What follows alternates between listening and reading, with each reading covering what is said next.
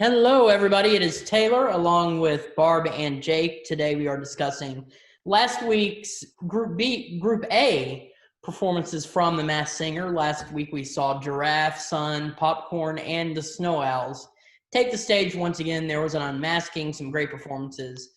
So let's go ahead and jump right into it with the Popcorn. She said that in the clue package, she said she wanted to step out of her comfort zone. She wasn't always a healthy treat. She suffered from a bizarre condition and that caused anxiety. There was a Rubik's Cube and a hair crimper in the package, which are definitely nod to the 80s. She sang Falling by Harry Styles. I thought it was a very, very, very good performance. I thought she did great. She definitely can sing. That was really good. I thought she did very good. Yeah. Anyway, and everybody this past week got a clue via a drone. And one of her Popcorn's drone clue was the planet Venus. Joel guessed it was Gloria Gaynor. Ken guessed it was Katy Perry. I have no idea why he guessed that. That's definitely not her voice. And Jenny guessed Vanessa Williams, which really isn't a bad guess, but I still think it's Taylor Dane. And apparently she had some issues with anxiety in the past. She's from the 80s, or she was popular in the 80s. Also, there is something with the planet Venus. I forget what it was. I read it online, but I think it's definitely Taylor Dane. I still like the Taylor Dane guess, but I'm gonna throw a curveball guess in here because that's just how I am. I like to throw curveball guesses in.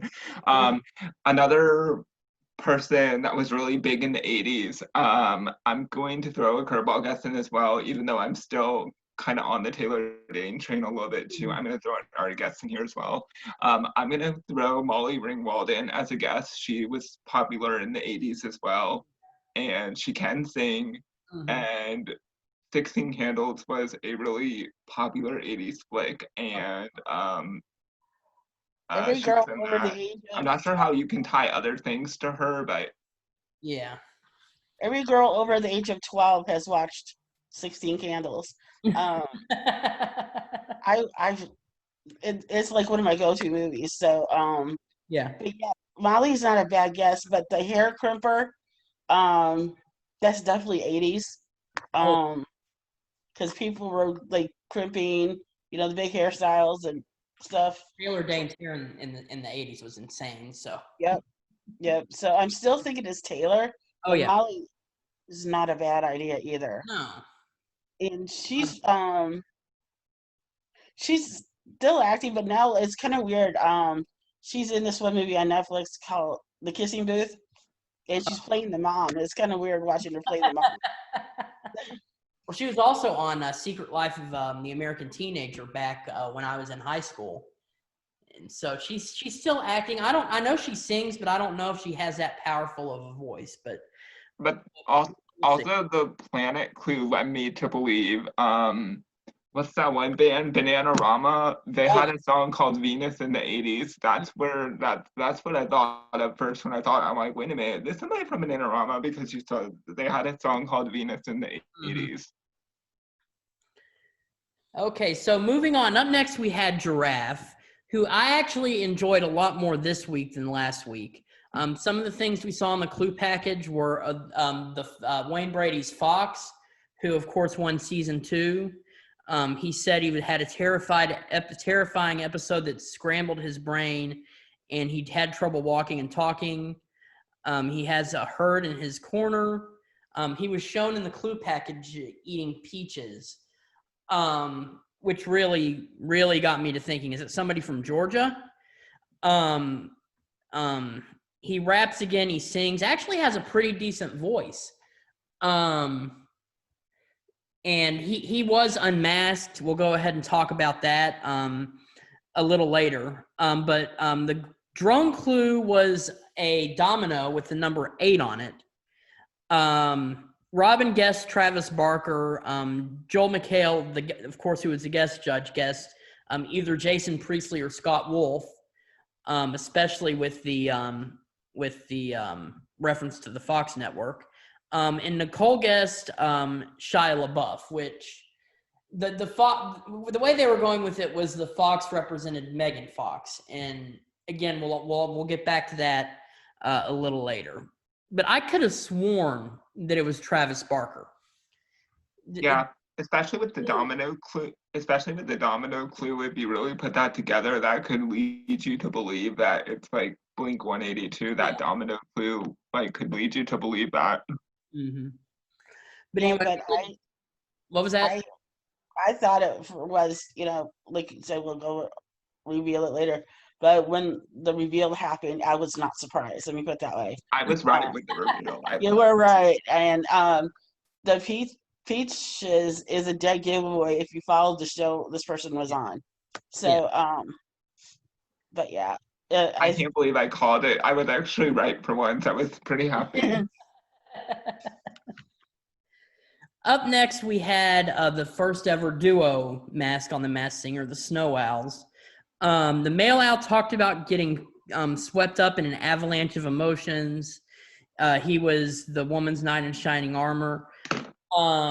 Male Snow Owl talked about having a bad breakup, and the woman helped him get through it. The drone clue was a witch's hat. They sang I'm Gonna Lose You by Meghan Trainor and John Legend. And the guesses were weird and sometimes it just really, really upsets me when people guess such weird things, especially when it is a professional singer and they say, oh, it sounds like this person. Like, no, it doesn't. I mean, I swear people don't listen to these people. They just guess off the top of their heads sometimes.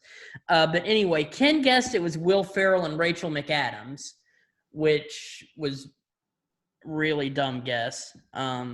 Joel guessed Garth Brooks and Trisha Yearwood. Definitely the right track, but not their voices.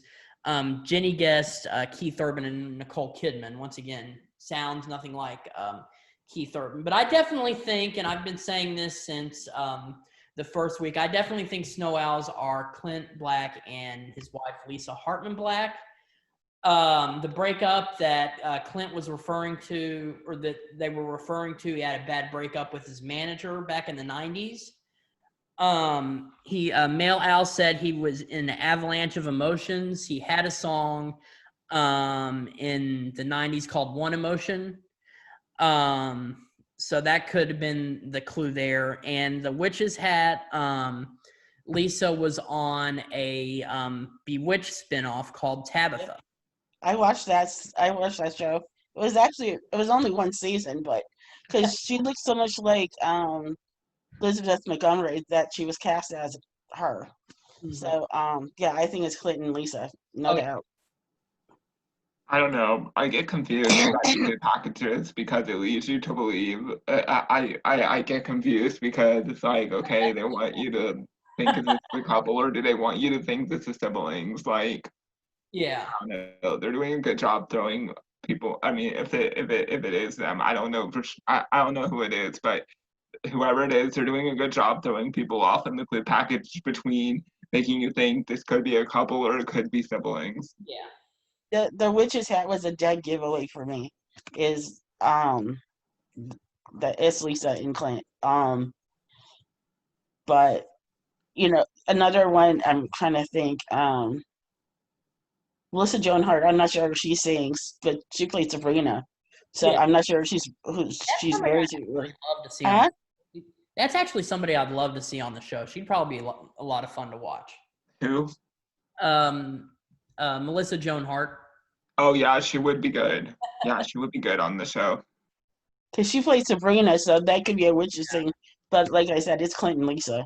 Yeah. Without a doubt. If they throw in a Knots Landing clue, that's it. Definitely hitting them. Yeah. And closing out the night, one of my favorite performances probably of the entire series was Sun singing Praying by Kesha. In the clue package, we saw stuff about her missing out on her childhood. Doing the show makes her feel like a kid again. There was an hourglass and a blue watering can in the clue package. There was a lot of rumors going on I thought it was a great performance. The judges loved it. Said a lot of them were saying that it was one of the best. And they think that Seahorse and Sun are contenders. But anyway, Jenny guessed Mandy Moore. Robin is still guessing Catherine McPhee, which that's not Catherine's voice. I watched her on American Idol, and that's definitely not Catherine McPhee's voice. Nicole guessed Carrie Underwood, which was real. I like how that somebody's finally picking up that it is a country singer. I'm still sticking with my guess of Leanne Rimes. There's been way too many blue things in the clue packages for it to not be Leanne Rimes. And it's surprising that, that the panel is missing out on it, because we had the blue watering can. Last time there were some blue things in the clue package. We saw a swimming pool, and fun fact, the music video for her song Blue was actually filmed at a swimming pool. So I'm sticking with Leanne Rimes. Okay, that was one of the best performances of the night, and Seahorse and Sun, I say they're both contenders to win, and if they don't both go all the way, I'm gonna be so mad, because I love both of them. Yeah. But that is definitely Leanne Rimes' voice. She has a one-of-a-kind voice, and I feel like she could win. I feel like she could win this thing. I really do. Well, the one thing I like about more people voting than in the studio audience, I think like the really good singers like Seahorse and Sun will go further because there's more people voting. Mm-hmm. And I just think with it being in studio before, all the good ones seem to go first. Yeah. So I think this will help those good singers out much better. Mm-hmm. So. But we also have to remember we still have Group C, which I really can't wait for, but that's still going to be a couple weeks. They're doing it weird this season. It could be because one of the groups was uneven from the others. It could be because of the World Series. I don't know, but I really am looking forward to Group C. Yeah. But anyway, let's talk about the unmasking. So they did the unmasking, and big surprise, Giraffe was actually Brian Austin Green from Beverly Hills 90210. I saw the name, but I really didn't think it was him, because I didn't think he had any type of accident or anything with all the crashing and burning clues. That's why I was so sure that it was Travis Barker. And the one clue that I think everybody missed were the peaches were because of the Peach Pit from Beverly Hills 90210. I'm kind of sad to see him go, even though this group the other three were much better, just because I enjoyed him trolling the hell out of Ken anytime Ken would talk. Like the first week he started taking a nap, and this past week he started sipping tea and sitting in a chair. I mean, I was right about this. I called that this was going to be him, but also couldn't it be more obvious he was married to Megan Fox? So if you put that together, that really, and plus Beverly Hills 90210 was on Fox, so it was kind of a double.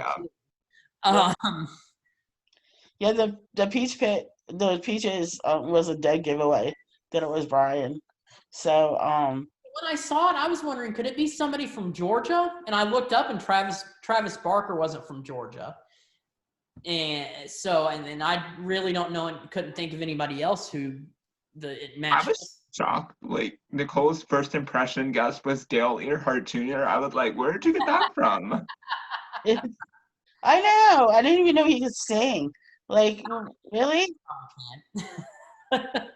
No. Brian was fun to watch, and the fact that him and Robin were really close friends, and he was able to